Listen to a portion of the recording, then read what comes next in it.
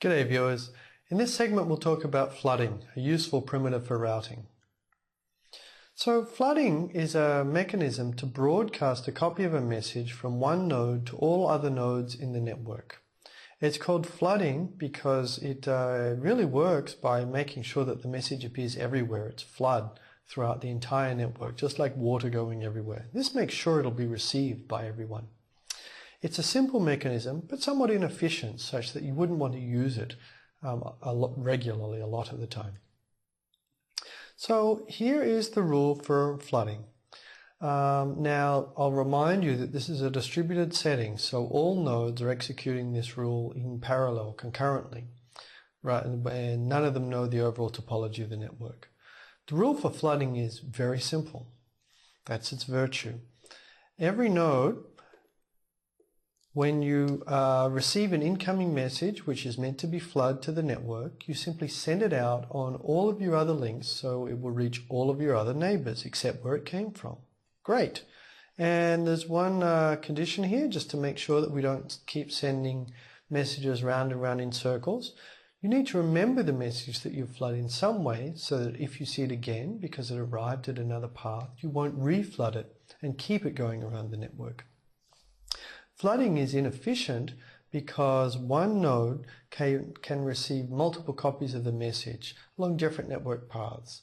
And really, it only needed one copy of the message to see it. The copies that come along the other network paths are wasted in some sense. So let's go through an example just to see how flooding works. Same topology as before for our examples. We're going to flood from A. So I've shown the node that is busy doing the forwarding of messages. It starts at A. I've labeled A in red.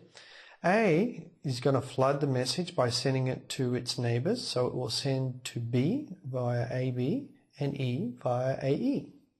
And I've shown both of those floods in blue. So you can see that the message is propagated to the other nodes and has used some of the links.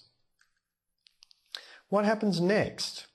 So our message reached both B and E. So let me just circle the nodes which were reached. Both of these nodes should now flood. Let's look at B. B received the message from A, so flooding means it should send it on all of the other links. So it's going to send it to C, it's going to send it to E in this way, it's going to send it up to F, and it's going to send it to G.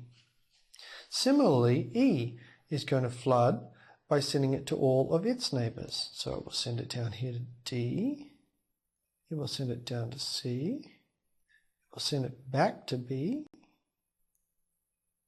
and it will send it to F. So you can see this message is really getting copied around the network. So F here has received two copies of it, one from B and one from E. It only wanted one, but it's got two. And B and E actually happen to do their flooding at the same time, so both of them have sent each other the same message. So it's crossed the link between them in both directions. This is what flooding can do.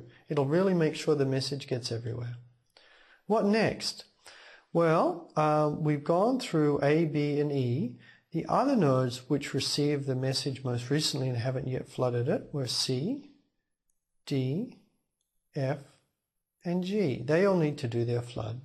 Let's have C do the flood. C received two copies of the message, one from B and one from E. So it's going to send it to the other nodes. That's H and D here.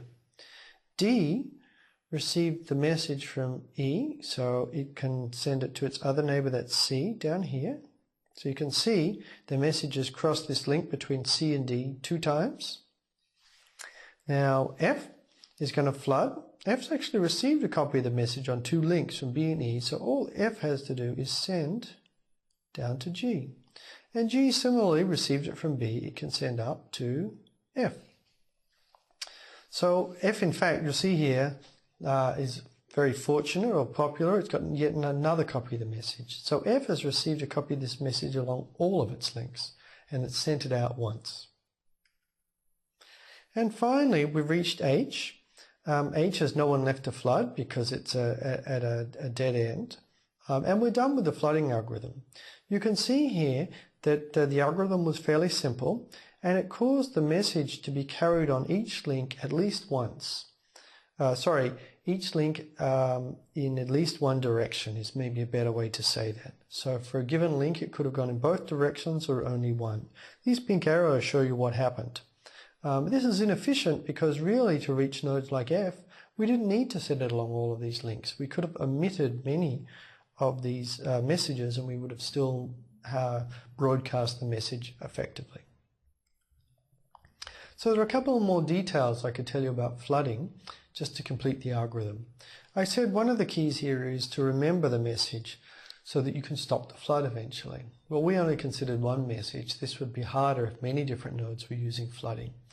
What is typically done is instead of literally memorizing the whole message, you will, for each source, associate a sequence number and put sequence numbers in the message. That way we might remember that A last flood a message with sequence number 7.